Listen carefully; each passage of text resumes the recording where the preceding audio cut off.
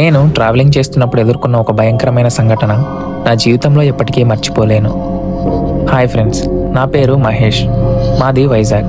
నేను ఒక ట్రావెలర్. నాకు ట్రావెలింగ్ చేయడం అంటే చాలా ఇష్టం. అలా ట్రావెలింగ్ చేస్తున్నప్పుడు ఎదుర్కొన్న ఒక పారానార్మల్ యాక్టివిటీ గురించి ఈ వీడియోలో నేను మీతో షేర్ చేసుకుందామని అనుకుంటున్నా. అది 2022 చలికాలం. నేను నా ఇద్దరు ఫ్రెండ్స్ అరకు ట్రిప్ వెళ్దామని ప్లాన్ చేసుకున్నాం.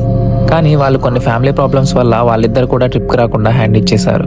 చేసేదేం లేక నా బైక్ పైన మార్నింగ్ వైజాగ్ నుండి అరకు ఒక్కడనే బయలుదేరా.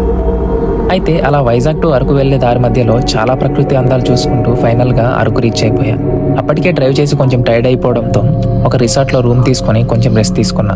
నెక్స్ట్ డే మార్నింగ్ అరకు అందాలను చూడడానికి బయలుదేరా. అలా అరకులో Borra caves and Katiki waterfalls లాంటి కొన్ని అందమైన ప్లేసెస్ చూడడానికి కొంచెం టైం అయింది.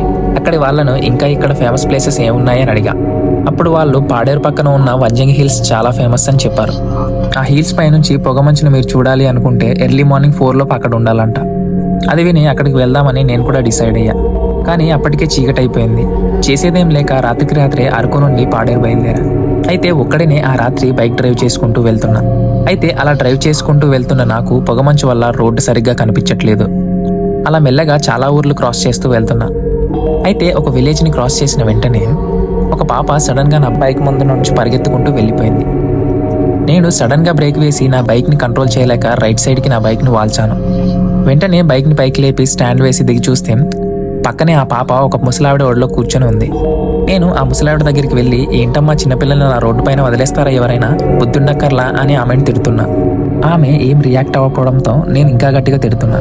బట్ ఆమె నుండి నో రియాక్షన్. అలా తిడుతుంటే అలా కొంతసేపటికి ఒక పర్సన్ నా భుజం మీద కొడుతూ, ఎవరితో మాట్లాడుతున్నావు బాబు అని ఆశ్చర్యంగా అడిగాడు. నేను వెనక్కి తిరిగి, ఇదిగో వీళ్ళతోనే.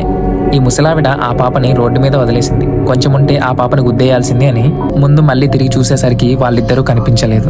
ఇక్కడ ఒక ముసలావిడ ఒక పాప ఉండాలి కదా, ఎక్కడికి వెళ్ళిపోయారు అని అతన్ని అడిగా. అప్పుడు అతను, ఇక్కడ ఎవరూ లేరు బాబు, ఇందాక నుండి అక్కడ బైక్ ఆపేసి ఎవరో నీ ముందు ఉన్నట్టు మాట్లాడుతున్నావు. అది నేను అదిగో అక్కడి నుండి చూసా. ఎవరు ఇతను తనలో తానే మాట్లాడుకుంటున్నాడు అని ఇక్కడికి వచ్చా అని చెప్పాడు. అది విన్న నేను ఒక్కసారిగా షాక్ అయ్యా. అదేంటి, ఇక్కడ ఒక ముసలావిడ అండ్ ఒక పాప ఉండాలి కదా అని చెప్పా. అప్పుడు అతను, బాబు ఇక్కడ ఎవరూ లేరు, నీలో నువ్వే మాట్లాడుకుంటున్నావని చెప్పాడు.